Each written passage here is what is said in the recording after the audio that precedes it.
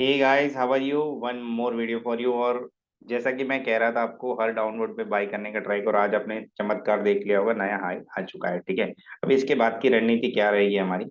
हम bye and dips ही करेंगे, हम सेल नहीं करेंगे। ठीक है, और 18,100 अगर 17,900 दिखता है तो फिर से बाय करो। It that could be ideal position to buy. अभी अभी क्या करेंगे, हम यहाँ से कुछ स्टॉक्स देखेंगे जो मैं पिछले बार से आपको बता दे रहा हूँ क्या क्या स्टॉक बाय करने चाहिए। कुछ ऐसे स्टॉक्स दिखे हैं जिन्होंने रैली मिस कर दी है, उनको कैसे स्टॉक्स बाय करने चाहिए जिसका मोमेंटम अभी चिपका हुआ था और अभी उसमें मोमेंटम आया है। ठीक है, सो जिन्होंने रैली में पार्टिसिपेट नहीं किया नाउ अभी उनका टाइम है पार्टिसिपेट करने का, ऐसा परसेप्शन हम बना सकते हैं। और मैं एजुकेशनल पर्पस के लिए शेयर कर रहा हूँ। और इट इज वेरी क्लियर कि हम स्टॉक कैसे सिलेक्ट कर सकते हैं, कैसे मोमेंटम पकड़ सकते हैं। मेरे को 5 से 6 मोमेंटम वाले स्टॉक दिखे हैं, मैं आपके साथ शेयर करूंगा और समझने की कोशिश करेंगे मैं क्यों बता रहा हूँ। अगर आपको समझ में आ जाए तो ठीक है, नहीं समझ में आया तो मैं लिंक तो दे ही दूंगा डिस्क्रिप्शन में कि ये स्टॉक ले लो और ये शायद स्टॉप लॉस हो सकता है और ये इसका फ्लो हो सकता है। आपको ये स्टॉक थोड़े टाइम के लिए लेना है, 5-10 दिन के लिए या 15-20 दिन के लिए या 1-1.5 महीने के लिए, थोड़ा शॉर्ट टर्म का टारगेट है। ठीक है, और दूसरी बात, अगर अभी तक आपने चैनल लाइक शेयर और सब्सक्राइब नहीं किया प्लीज कर दो, ताकि मैं ऐसे यूजफुल कंटेंट आपको बताता रहूं और एक एजुकेशनल माहौल क्रिएट हो। ठीक है, किसी की टिप्स पर रिलाई करने से बेटर है आप लोग खुद स्टॉक सेलेक्ट करना सीखो, देखना सीखो, मोमेंटम पकड़ना सीखो, कैसे टाइम पे कैसे स्टॉक पकड़ते हैं वो सीखो।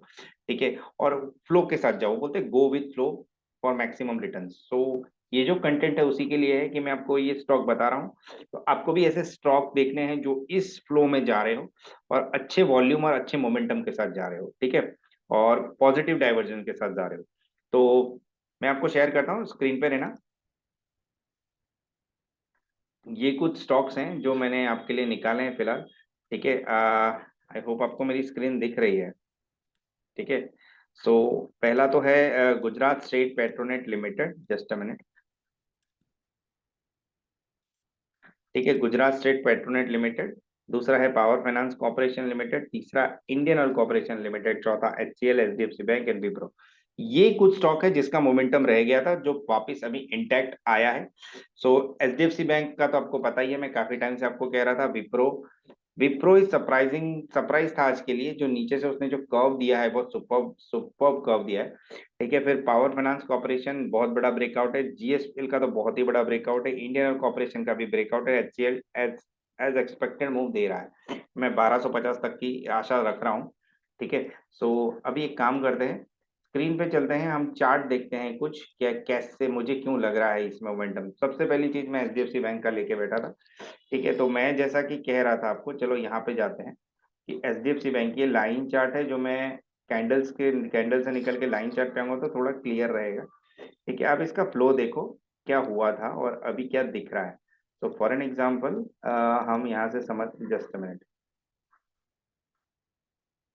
ठीक है, हम समझने की कोशिश करेंगे कि ये फ्लो कैसे जा सकता है। ये 10 मिनट का टाइम फ्रेम है, हम इसको डेली टाइम फ्रेम कर देते हैं। ठीक है, अच्छे होराइजन के लिए। तो डेली टाइम फ्रेम में ये कुछ स्टॉक इस तरीके से मूव दे सकता है। ठीक है, जस्ट अ मिनट, इसको और बड़ा कर देते हैं। ठीक है, तो हमें क्या लग रहा है कि अभी ये नए हाई की तैयारी करेगा, 1750 1725 जा सकता है। ठीक है, और आपको क्लियरली दिख रहा है चार्ट में, मैं क्यों बता रहा हूँ आपको। ठीक है, तो ये आरएसआई है और ये मुझे, जस्ट अ मिनट, आरएसआई तो ठीक है। और अभी ये मुझे जो फ्लो दिख रहा है वो 1652, मिनिमम 1652 आप पकड़ सकते हो। तो कुछ पैटर्न इस तरीके से हो सकता है इसका, इस तरीके से। ठीक है, तो आप ये फ्लो मिस मत करना, आई एम सेइंग यू। तो कुछ इस तरीके से इसका फ्लो बन सकता है। ठीक है, और ये है HDFC bank. So 1650 is the bare minimum spot we can expect from HDFC bank.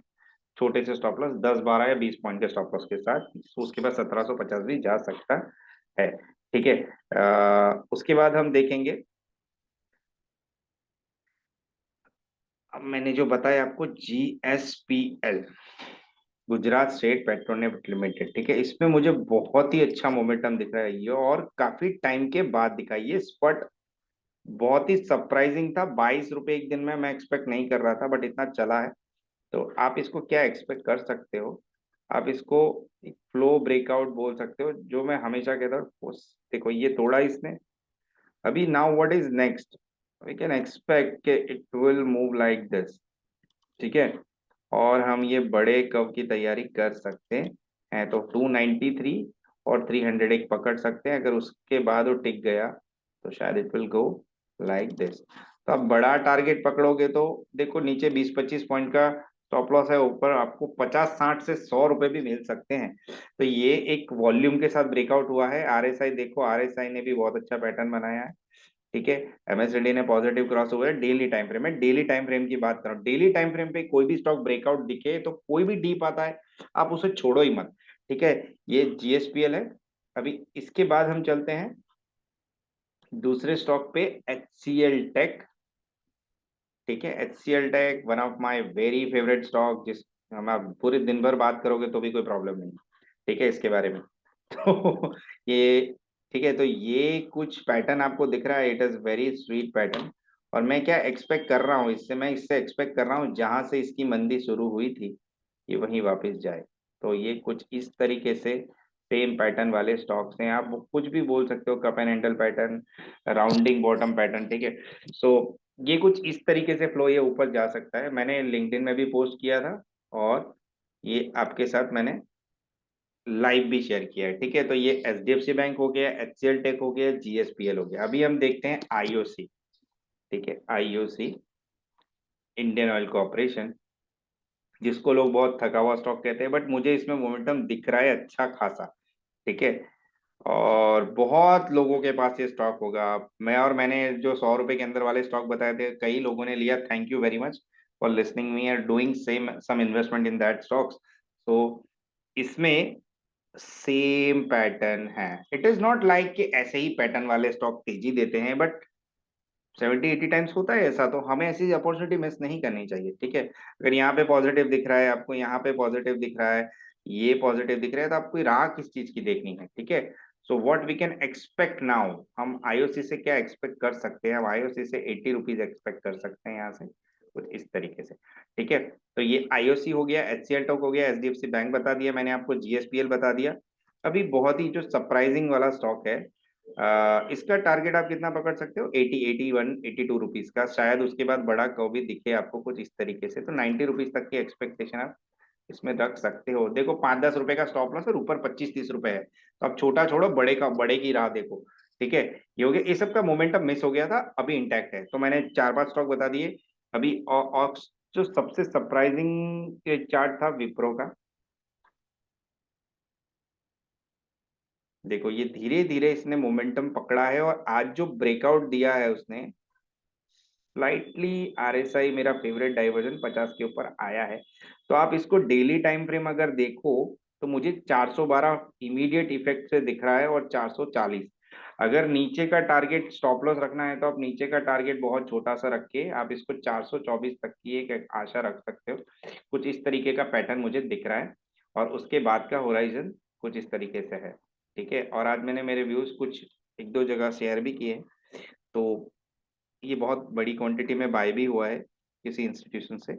तो आप इसको लेके जाओ वॉल्यूम के साथ, ओआई के साथ ब्रेकआउट है, और यहाँ पे देखो एक अच्छी अपॉर्चुनिटी है, स्वीट स्पॉट।